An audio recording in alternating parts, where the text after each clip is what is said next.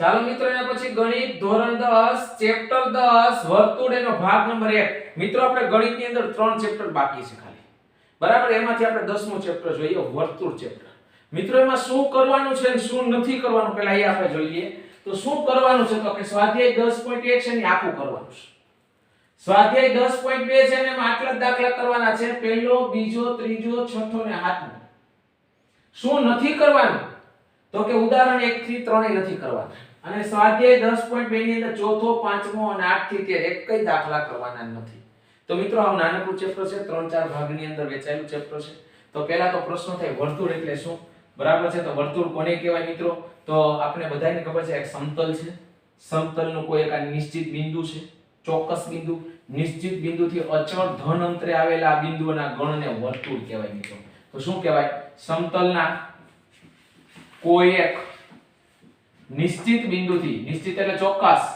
નિશ્ચિત એટલે ચોક્કસ બિંદુથી અચળ ધન અંતરે આવેલ બિંદુના ગણને વર્તુળ કહે છે યાદ રાખજો સમતલનું કોઈ એક નિશ્ચિત બિંદુ છે નિશ્ચિત બિંદુથી અચળ ધન અંતરે આવેલા બિંદુઓના ગણને વર્તુળ તરીકે મિત્રો ઓળખવામાં આવે છે આ વર્તુળની વ્યાખ્યા થઈ હવે વર્તુળની સંજ્ઞા શું થાય તમને એ કહું બરાબર આવું ક્યાંય તમને આપેલું હોય આનો અર્થ શું થાય નો અર્થ તો શું થાય મિત્રો આ હોય ને એને કહેવાય વર્તુળની સંજ્ઞા અહીંયા હોય ને એને કહેવાય મિત્રો કેન્દ્ર વર્તુળનું કેન્દ્ર અહીંયા હોય ને એને કહેવાય ત્રિજ્યા યાદ રાખજો અહીંયા વર્તુળની સંજ્ઞા કહેવાય અને કેન્દ્ર કહેવાય અને ત્રિજ્યા કહેવાય અને એક તમારે સૂત્ર આવી ગયું વ્યાસ બરાબર 2 ગુણ્યા ત્રિજ્યા વ્યાસની સંજ્ઞા મિત્રો d થશે 2 ના 2 ત્રિજ્યાની સંજ્ઞા r થશે તો d બરાબર આપણે એક સૂત્ર થઈ ગયું 2r ટૂંકમાં ત્રિજ્યાના ડબલ એટલે કહેવાય વ્યાસ આ વાત થઈ વર્તુળની હવે પ્રશ્ન પહેલો વર્તુળ ઉપર કેટલા બિંદુ તો મિત્રો હમણાં તમે કીધું કે વર્તુળ છે ને એ અસંખ્ય બિંદુઓનો ગણ છે તો વર્તુળ ઉપર કેટલા બિંદુ આવેલા છે તો કે વર્તુળ ઉપર અસંખ્ય બિંદુઓ આવેલા છે એ ટૂંકા પ્રશ્નોની અંદર પૂછાય હવે મિત્રો તમને રેખા આપે અને એક વર્તુળ આપે તો કેટલી શક્યતા થાય તો આપણે એના વિશે ચર્ચા કરીએ રેખા અને વર્તુળ કોઈ સમતલમાં હોય તો કેટલી શક્યતા થાય આવો પ્રશ્ન છે આ મિત્રો સમતલ છે એની અંદર હું એક વર્તુળ દોરું ને એક રેખા દોરું કેટલી શક્યતા થાય તો આન્સર ની અંદર આવશે મિત્રો 3 શક્યતા થાય કેટલી શક્યતા થશે તો કે 3 કઈ 3 શક્યતા થાય તો જો એક આ વર્તુળનું કેન્દ્ર છે આ બીજું વર્તુળ આ ત્રીજું વર્તુળ આને મિત્રો આકૃતિ A કહી દો આને B કહી દો અને આને C કહી દો મિત્રો આ બરાબર આ રીતે આકૃતિ હોય તો એક રેખા આમ હોઈ શકે નામ છે PQ રેખા એક રેખા બે બિંદુમાં છેદે એવી હોય રેખાનું નામ છે P અને Q પણ બે બિંદુમાં છેદે છે એક A બિંદુમાં અને એક B બિંદુમાં અને રેખા મિત્રો એક બિંદુને સ્પર્શે જો આ રીતે P અને Q કયા બિંદુ તો કે A બિંદુ તો 3 શક્યતા થાય મિત્રો વર્તુળને રેખા છેદે નહીં અથવા તો વર્તુળને છેદે તો બે ભિન્ન બિંદુમાં છેદે અથવા તો કોઈ એક બિંદુએ છેદે તો આને શું કહેવાય તો આની વ્યાખ્યા યાદ રાખજો વર્તુળને બે બિંદુમાં છેદતી રેખા હોય ને એને છેદિકા કહેવાય તો આ છેદિકા થશે PQ છેદિકા એક બિંદુએ સ્પર્શતી હોય તેને સ્પર્શક કહેવાય આ બે વ્યાખ્યા હમણાં તમને શીખડાવું છું બરાબર આને કાઈ ન કહેવાય તો છેદિકાની વ્યાખ્યા છેદિકા વર્તુળને બે ભિન્ન બિંદુમાં છેદતી રેખાને છેદિકા કહેવાય વર્તુળને બે ભિન્ન બિંદુમાં છેદતી રેખાને વર્તુળની છેદિકા કહેવાય એ વ્યાખ્યા યાદ રાખવાની છે વર્તુળની છેદિકાની વર્તુળને બે ભિન્ન બિંદુમાં છેદતી રેખાને વર્તુળની છેદિકા કહેવાય અને મિત્રો એના પછી આવે સ્પર્શક વર્તુળને એક અને માત્ર એક જ બિંદુમાં સ્પર્શતી રેખાને વર્તુળનો સ્પર્શક કહેવાય યાદ રાખજો વર્તુળને એક અને માત્ર એક જ બિંદુમાં સ્પર્શે ને તો એને વર્તુળનો સ્પર્શક કહેવાય તમને ખાલી જગ્યામાં પૂછાય વર્તુળને એક અને માત્ર એક જ બિંદુમાં સ્પર્શતી રેખાને ખાલી જગ્યા કહેવાય તો વર્તુળનો સ્પર્શક કહેવાય. વર્તુળને બે બિંદુમાં છેદતી રેખાને શું કહેવાય તો કે બે બિંદુમાં છેદીને છેદિકા કહેવાય. હવે તમને બરાબર છે તો આ ટૂંકા પ્રશ્નો થયા. શું નથી કરવાનું, શું કરવાનું છે, બેની યાદી છે. બરાબર. આ ચેપ્ટર જે છે એ પરીક્ષાની અંદર 8 ગુણનું પૂછાશે, જેની અંદરથી તમારે લખવાનું છે 6 ગુણનું, એટલે ઓપ્શન છે, વધારાનું છે. એટલે ચેપ્ટર સહેલું છે, 8 ગુણ આવે એવું છે. બરાબર છે. તો શું નથી કરવાનું, શું કરવાનું એની યાદી તૈયાર કરી લેજો. પછી વર્તુળની વ્યાખ્યા, આ વર્તુળની સંજ્ઞા થઈ, આ કેન્દ્ર થયું, એની ત્રિજ્યા થઈ મિત્રો. વ્યાસ બરાબર 2 ગુણ્યા ત્રિજ્યા, ત્રિજ્યાના ડબલ થાય. બરાબર છે. હવે કોઈ એક રેખા છે, કોઈ એક વર્તુળ છે, કોઈ એક સમતલ છે, તો કેટલી શક્યતા થાય? તો 3 શક્યતા થાય. કા રેખા છેદે નહીં, કા છેદે તો બે બિંદુમાં છેદે, કા એક બિંદુમાં સ્પર્શે. જો બે બિંદુમાં છેદે એને છેદિકા કહેવાય મિત્રો, એક બિંદુમાં છેદે એને સ્પર્શક કહેવાય. તો બંનેની વ્યાખ્યામાં એ લખું છું. છેદિકા એટલે શું? તો વર્તુળને બે ભિન્ન બિંદુમાં છેદતી રેખાને વર્તુળની છેદિકા કહેવાય. વર્તુળને એક અને માત્ર એક જ બિંદુમાં સ્પર્શતી રેખા હોય એને વર્તુળનો સ્પર્શક કહેવાય. તો મિત્રો આનો સ્ક્રીનશોટ પાડી તમારી ફેસબુકમાં લખવાનું છે. તો પહેલા સ્ક્રીનશોટ પાડી લેશો. ચાલો મિત્રો, હવે એના પછી આપણે જોઈએ સ્પર્શકની વ્યાખ્યા. જોઈ ગયા છે આગળ, છતાં કહું સ્પર્શક એટલે શું? તો વર્તુળને એક અને માત્ર એક જ બિંદુમાં સ્પર્શતી રેખાને વર્તુળનો સ્પર્શક કહે છે. વર્તુળનો સ્પર્શક કહે છે મિત્રો. એક અને માત્ર એક જ બિંદુમાં સ્પર્શે ને વર્તુળનો સ્પર્શક કહેવાય. આ ટૂંકા પ્રશ્ન છે, બધા જે છે એ ટૂંકા પ્રશ્ન તરીકે પૂછાશે. બે ટૂંકા પ્રશ્ન પૂછાવાના છે. હવે વર્તુળ પર બિંદુ કેટલા હોય તમને ખબર છે? વર્તુળ છે એ બિંદુનો ગણ છે, એટલે વર્તુળ પર અસંખ્ય બિંદુ હોય. મિત્રો વર્તુળ પર અસંખ્ય બિંદુ હોય તો સ્પર્શક અસંખ્ય જ થાય. યાદ રાખજો, વર્તુળ પર અસંખ્ય બિંદુઓ હોય છે. તેથી વર્તુળને સ્પર્શક પણ અસંખ્ય થાય. યાદ રાખજો, વર્તુળને સ્પર્શકની સંખ્યા કેટલી? તો કે અસંખ્ય, કારણ કે એના બિંદુઓ અસંખ્ય છે તે. હવે વાત કરીએ વર્તુળ ઉપર. વર્તુળ અને સ્પર્શકના સામાન્ય બિંદુને શું કહેવાય? બરાબર છે. તો અહીંયા ધ્યાન, જો આકૃતિ છે, આ કેન્દ્ર છે, ઓ સ્પર્શક છે, આ દાખલા મેં નીચે દોર્યો છે L. આ સ્પર્શકને મેં L કીધું, અથવા તો L નામ ના આપ્યું તો PQ સ્પર્શક છે. કયા બિંદુએ સ્પર્શે છે? તો કે બિંદુએ. આને કહેવાય બરાબર છે શું? તો બરાબર છે સ્પર્શ બિંદુની વ્યાખ્યા આપું. સ્પર્શ બિંદુ તો કહી શકાય આ વર્તુળ. મિત્રો આ એનો સ્પર્શક. વર્તુળ અને સ્પર્શકનું સામાન્ય બિંદુ, સામાન્ય એટલે બેમાં હરખું હોય બિંદુને સ્પર્શ બિંદુ કહેવાય. તો કહી શકાય વર્તુળ અને સ્પર્શકના સામાન્ય બિંદુને વર્તુળનો સ્પર્શક કહે છે. યાદ રાખજો, વર્તુળ અને સ્પર્શકના સામાન્ય બિંદુને વર્તુળનું સ્પર્શ બિંદુ કહેવાય. વર્તુળનું સ્પર્શ બિંદુ કહે છે. લ્યો, આ બંનેમાં સ્પર્શ બિંદુ કોણ છે? આકૃતિ ઉપરથી તમે કહેજો. તો કે આકૃતિ પરથી સ્પર્શ બિંદુ કયું થાય આપણને ખબર પડે. આકૃતિ ઉપરથી સ્પર્શ બિંદુ થશે A છે.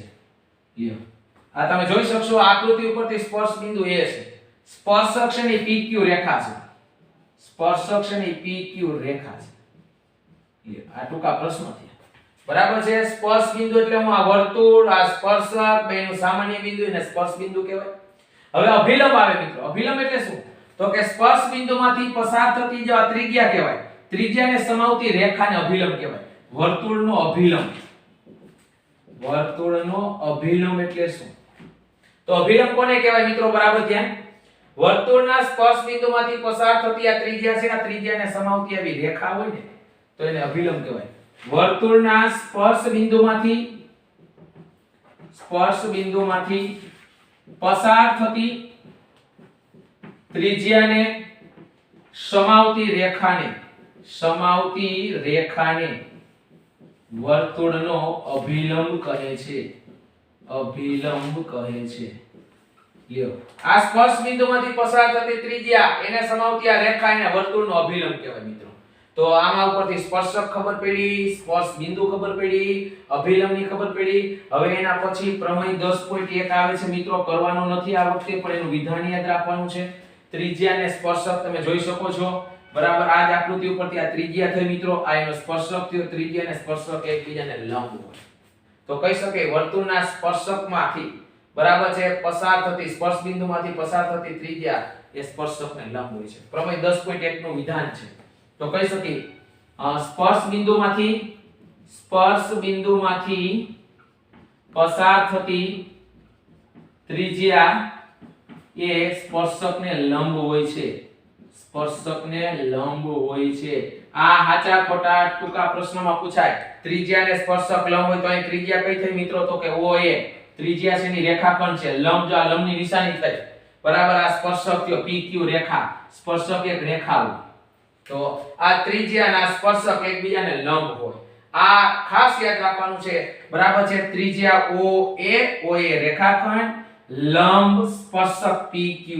ત્રિજ્યા અને સ્પર્શક એકબીજાને લંબ હોય તો છેદિકાની વ્યાખ્યા જોઈ, સ્પર્શકની જોઈ, સ્પર્શ બિંદુની જોઈ, વર્તુળનો અભિલંબ જોયો, બરાબર. અને બીજો એક ટોપિક, છેદિકા અને સ્પર્શક એક રેખા હોય છે, યાદ રાખજો. છેદિકા અને સ્પર્શક એક રેખા હોય છે. એક રેખા હોય છે, બરાબર. છેદિકા અને સ્પર્શક એક શું હશે, તો કે એક રેખા હશે. હવે મિત્રો કોઈ એક છેદિકા હોય તો એને વધુમાં વધુ કેટલા સમાંતર સ્પર્શક દોરી શકાય, બરાબર છે. તો અથવા તો અમે પ્રશ્ન પૂછે વર્તુળને વધુમાં વધુ કેટલા સમાંતર સ્પર્શક દોરી શકાય. જો અહીંયા ધ્યાન રાખશી, આ વર્તુળ છે મિત્રો, આ વર્તુળનું કેન્દ્ર છે O, બરાબર. આ એની છેદિકા થઈ, બે બિંદુમાં છેદી A અને B. મિત્રો આને સમાંતર એમાં વધુમાં વધુ કેટલા સ્પર્શક થઈ શકે, તો કે કોઈ પણ છેદિકા હોય એને વધુમાં વધુ બે સમાંતર સ્પર્શક દોરી શકે. જો બરાબર છે. તો એક આ પોઈન્ટ યાદ રાખશી, વર્તુળને અથવા વર્તુળની છેદિકાને વધુમાં વધુ બે સમાંતર સ્પર્શક દોરી શકાય. બે સમાંતર સ્પર્શક દોરી શકાય. આ બે સમાંતર સ્પર્શક. અને મિત્રો બે સમાંતર સ્પર્શક હોય ને ક્યારે છેદે જ નહીં, બરાબર છે. તો આ ખાસ યાદ રાખવાનું, નોંધ કરીને અહીં આપણે લખી, બરાબર. કોઈ એક આ વ્યાસ છે, દાખલા તરીકે આ વર્તુળ દોરો, આ વર્તુળનું કેન્દ્ર છે O, આ એનો વ્યાસ કયો મિત્રો AB. વ્યાસના અંત્ય બિંદુએ મેં આ બે સ્પર્શક દોર્યા. વ્યાસના અંત્ય બિંદુએ બે જે સ્પર્શક દોર્યા ને સ્પર્શક એકબીજાને સમાંતર હોય ક્યારે છેદે નહીં. યાદ રાખજો, વર્તુળના વ્યાસના અંત્ય બિંદુએ દોરેલા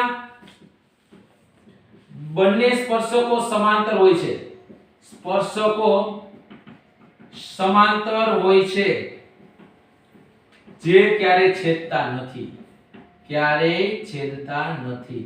સમાંતર હોય ને ક્યારે છેદે નહીં. યાદ રાખજો, વ્યાસને બે અંત્ય બિંદુ હોય, બે અંત્ય બિંદુએ તમે જે સ્પર્શક દોરો ને, સ્પર્શક એક બિંદુએ જ છેદે, બરાબર. એકબીજાને સમાંતર હોય ને એકબીજાને સમાંતર હોય ને ક્યારે છેદે નહીં. સાચા ખોટામાં પ્રશ્ન પૂછાય કે વર્તુળના વ્યાસના અંત્ય બિંદુએ દોરેલા સ્પર્શકો એકબીજાને છેદે છે. સાચું ખોટું તો તમે કહી શકો ખોટું, ક્યારેય ન છેદે. જો આ આકૃતિ ક્યારે છેદે નહીં.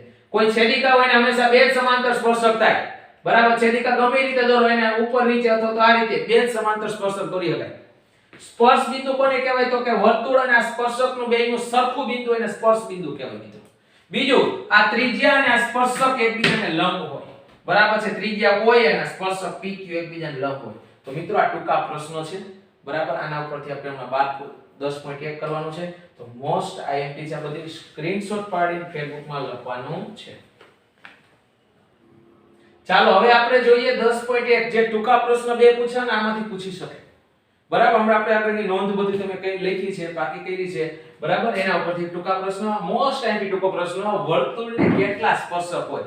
આપને ખબર છે વર્તુળ ઉપર બિંદુ અસંખ્ય હોય, અને અસંખ્ય બિંદુ હોય તો સ્પર્શક એ અસંખ્ય. શા માટે, તો સ્પર્શક વર્તુળને એક જ બિંદુએ સ્પર્શે.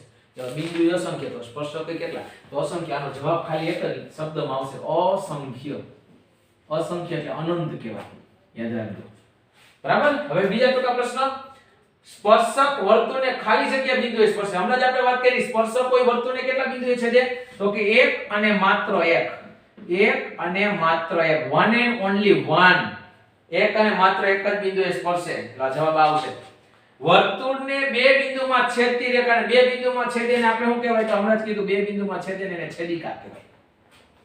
એ જ રીતે વર્તુળની છેદિકાને સમાંતર એવા વધુ કેટલા સમાંતર સ્પર્શક થાય? હમણાં આપણે દોર્યો કોઈ છેદિકા હોય, કોઈ પણ છેદિકા ન હોય, વર્તુળને ખાલી કેમ તો હંમેશા બે જ સમાંતર સ્પર્શક દોરી શકો. તો યાદ રાખજો, બે સમાંતર સ્પર્શક દોરી શકાય. વર્તુળ અને સ્પર્શકના સામાન્ય બિંદુને ખાલી જગ્યા કહેવાય. મિત્રો ખબર છે આપણે, વર્તુળ અને સ્પર્શક એ બેનું સામાન્ય જે બિંદુ હોય ને એને સ્પર્શ બિંદુ કહેવાય. સ્પર્શ બિંદુ કહે છે. તો મિત્રો આ ખાલી જગ્યા થશે આ રીતની.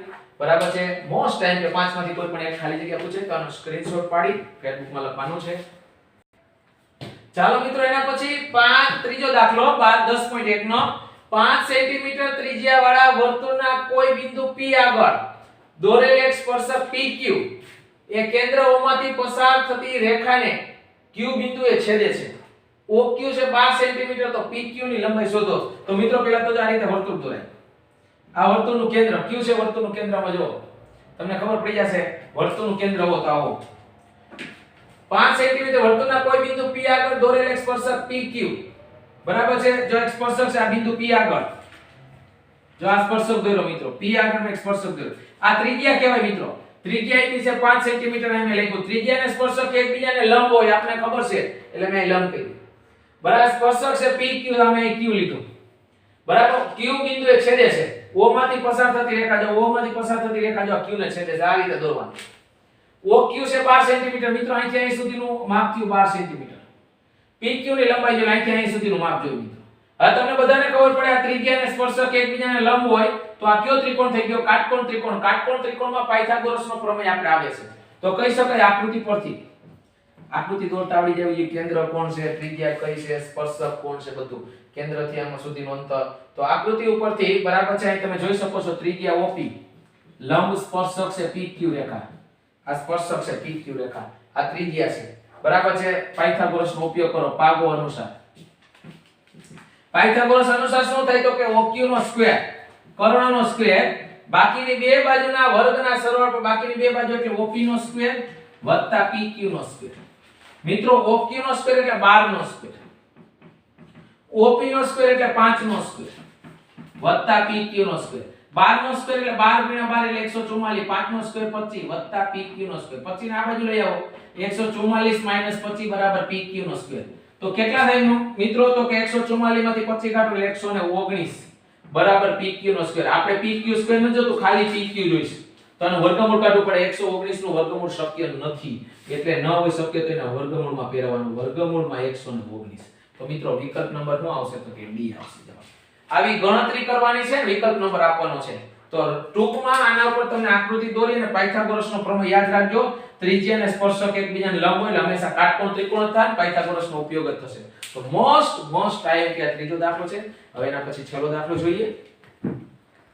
ચાલો એના પછી 10.1 નો ચોથો દાખલો. IMP most IMP 2 માર્કમાં પૂછાશે.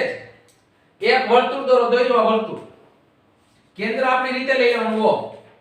વર્તુળના સમતલમાં આપેલી કોઈ એક રેખાને, મિત્રો આ વર્તુળનું સમતલ કહેવાય, એમાં કોઈ એક રેખા છે. જો આ એક રેખા છે, એનું નામ જો ખાલી એકય આપી આપો, બે જગ્યાએ બિંદુ આપીને આપી આપો. મેં છેલ્લે બિંદુ આપું તો અહીં આ રેખા L છે.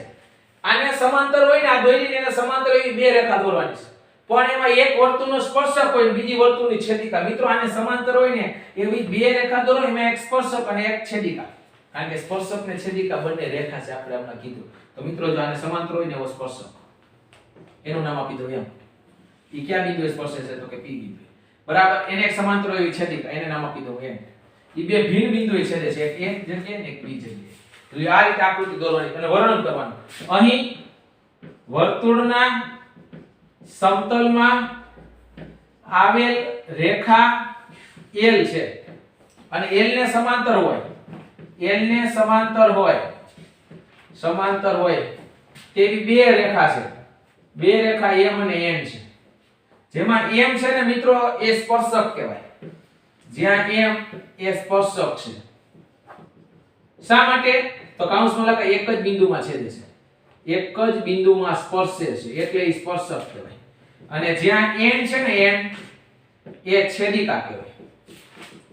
કા તો કે બે બિંદુમાં છેદે છે. લ્યો તો મિત્રો આના બે માર્ગ છે, એક વર્તુળ દોરવાનું, એક સમતલમાં એક રેખા દોરવાની. આને સમાંતર હોય મારે બે રેખા દોરવી છે. ઈ બે રેખામાં પૈકી એક સ્પર્શક છે અને બીજી છેદિકા છે. તો આ રીતે બધું નામે આપી દીધા. બરાબર, L ના બે સમાંતર છે, આ સ્પર્શક છે, આ છેદિકાના મિત્રો બે માર્ગ છે. 100% પ્રશ્ન પૂછાશે. તો મિત્રો બરાબર છે, આ ચોથો દાખલાનો સ્ક્રીનશોટ પાડી લેવાનો છે. તો ભાગ 1 ના તમામ પ્રશ્નો લખીને પાકા કરવાના. અહીંયા 10.1 પૂર્ણ થાય છે.